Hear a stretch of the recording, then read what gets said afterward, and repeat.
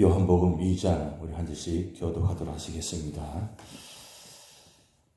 사흘째 되던 날 갈릴리 가나에 혼례가 있어 예수의 어머니도 거기 계시고 예수와 그 제자들도 혼례의 청함을 받을 때에 포도주가 떨어진지라 예수의 어머니가 예수에게 이르되 저들에게 포도주가 없다 하니 예수께서 이르시되 여자야 나와 무슨 상관이 있나이까 내 때가 아직 이르지 아니하였나이다.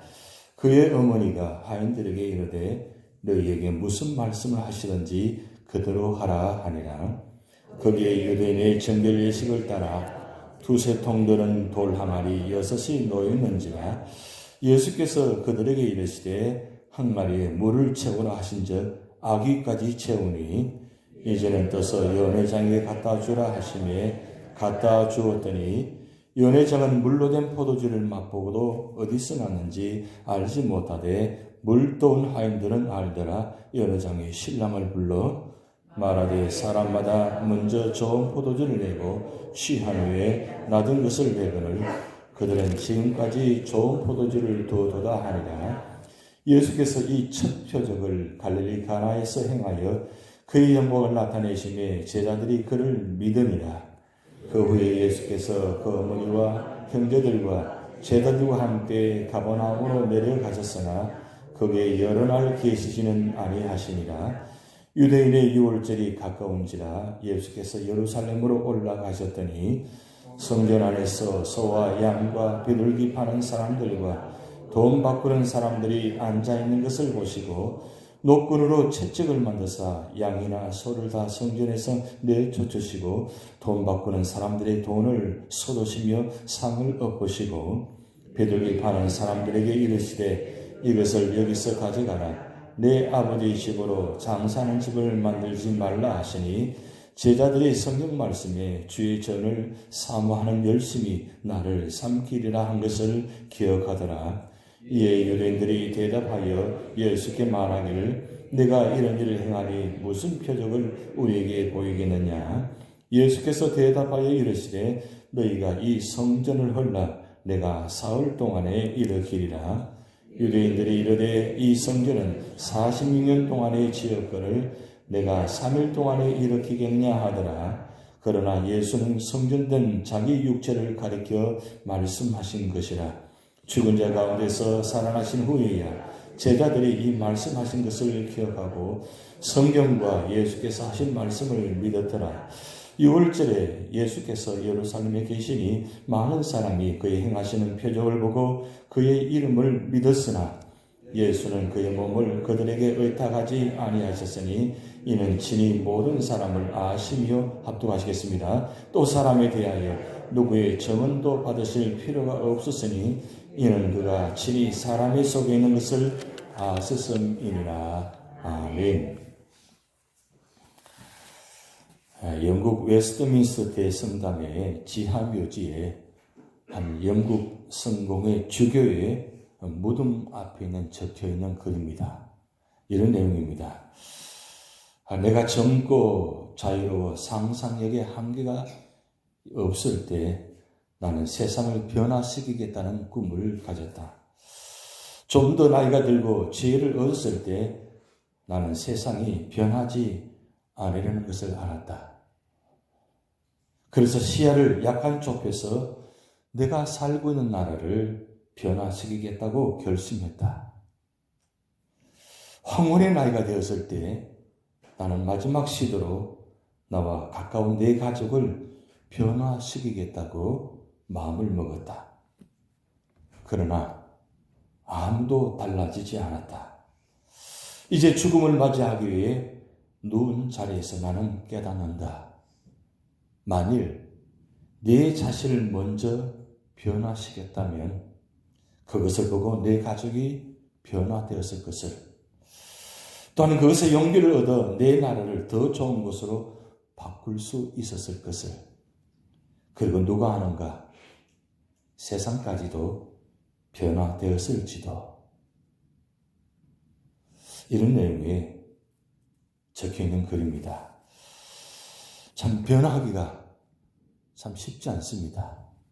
그런데 세상을 변화시키고 나라를 변화시키고 가정을 변화시키려면 누가 먼저 변해야 될까요? 내가 먼저 변화되어야 됩니다. 근데 이 변화는 내 힘으로는 되지 않습니다.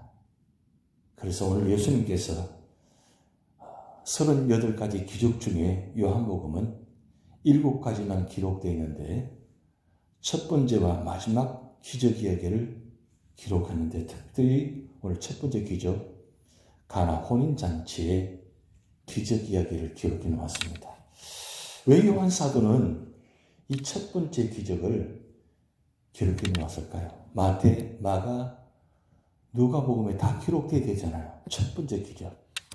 그리고 마지막 기적, 부활의 기적을 기록해야 되잖아요. 그런데 요한 사도는 이 첫 번째와 마지막 이 기적 이야기를 놓치지 않고 기록해 놓았습니다. 왜 그랬을까요? 바로 기독교는 변화의 종교입니다. 결국 이 세상 누구도 어느 나라에도 어느 가정에도 누구도 변화시킬 수 없지만 예수님만이 세상을, 나라를, 그리고 가정을, 우리 자신을 변화시킬 수가 있습니다. 한 가지 감사한 것은 내가 예수 믿고 구원받아 내가 변화되었기에 오늘 이 자리에 나와 계십니다. 만약에 예수님의 구원의 역사가 나를 변화시키지 않았다면 오늘 이 자리에 나오지 않았을 것입니다. 그 얼마나 감사한 일입니까? 내일 성찬식이 있습니다. 이 성찬식의 의미가 무슨 뜻입니까? 바로 변화입니다.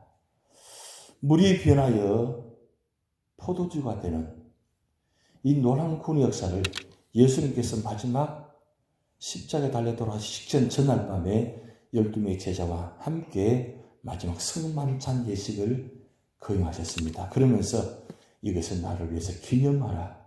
내가 올 때까지 이것을 특별히 기념하라. 왜 그랬을까요? 우리 교회도 이제 1년에 한 3번 정도 성찬식을 진행합니다. 사실 제 마음은 매달 첫 번째 주일마다 이렇게 성찬식을 했으면 좋겠다 하는 마음을 갖고 있습니다. 왜 그렇게 해야 될까요? 변화가 필요하기 때문입니다. 변화받지 않으면, 변화되지 않으면 도태되어지고, 변화받지 않으면 썩게 되고, 변화받지 않으면 나뿐만 아니라 우리 모두가 다 죽기 때문입니다. 그러기에 변화가 필요합니다. 근데 변화를 하려면 결국 누가 변화시켜 주셔야 하느냐? 예수님께서 오셔야 된다는 겁니다. 예수님께서 함께 하셔야 됩니다. 그런데 문제는 예수님께서 함께 계셔도 변화받지 못하는, 변하지 않는 제자들 모습. 그렇게 성만찬 예식을 거행하고 그렇게 모든 걸 보여주셔도 불구하고 제자들은 변화되지 않았습니다. 왜 변화되지 않았을까요? 그것은 한 가지입니다. 오늘 본 말씀에 예수님 어머니가 하인들에게 하신 말씀, 무슨 말씀하든지 그대로 하라. 결국 변화받으려면 말씀에 순종해야 됩니다. 말씀을 순종하고 말씀을 받아들여야 됩니다. 그리고 예수님이 하인들에게 그 물 가득 찬 것을 갖다 주라고 말씀할 때 역사가 나타났습니다. 아기까지 채우라는 것, 그 순종한다는 게 얼마나 힘든 줄 아십니까? 그런데 이 하인들은 예수님 말씀에 그 어머니 말씀을 기억해서 물을 채우려 했지 아기까지 채우라는 말씀하지 않았습니다. 그런데 하인들은 그 예수님 말씀에 아기까지 채웠습니다. 그리고 그 물을 갖다 주려 할 때 그들 마음이 어떤 마음이었을까요? 아니 이 물을 지금 포도주가 떨어졌는데 이 물을 갖다 주라고요? 말이 되는 이야기예요? 그런데 이 하인들은 그 말씀에도 순종해서 갖다 줬습니다.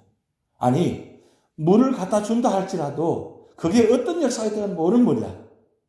그렇지만 그냥 예수님 말씀에 그냥 말씀에 순종하고 갖다 주는 역할밖에 하지 않았어요. 그런데 갖다 주었더니 어떻게 해요? 물이 변하여 포도주가 바뀌어졌습니다. 언제 바뀌었을까요? 물이 포도주로 언제 바뀌었을 것 같아요? 물이 아기까지 채울 때 바뀌었을까요? 아니면 물을 갖다 줄 때 바뀌었을까요? 아니면 거기 있는 모든 사람들이 그 포도주를 마실 때 바뀌었을까요? 아무도 모릅니다. 왜? 성경에 기록되지 않았기 때문입니다.